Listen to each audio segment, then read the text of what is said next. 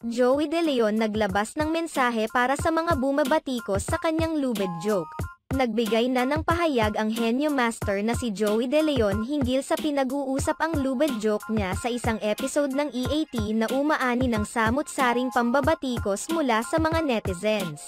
Gamit ang isang tula na nilikha ng dating kasamahan na si Michael B., inadres ni Joey De Leon ang kinakaharap na kontrobersya sa ginawa niyang joke patungkol sa mga sinasabit sa leeg. Mahirap na ngayong magpowa, marami na ngayong namumuna. Tingin nila mas magaling sila. Sila ang dapat narito pala. Ano ang tawag sa kanila? Kung sa lugar mo'y ang tagal mo na. Maskwela sila palagay nila ayon.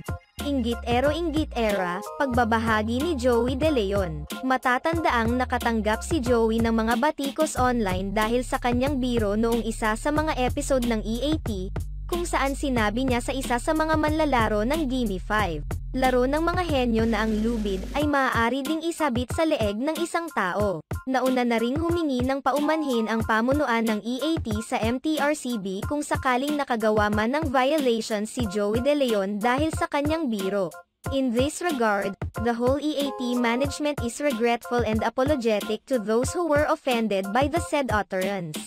Rest assured that we are one with MTRCB in advocating a responsible viewing experience for the public, pahayag ni Jenny Ferra, Head of EAT Creatives and Production Operations.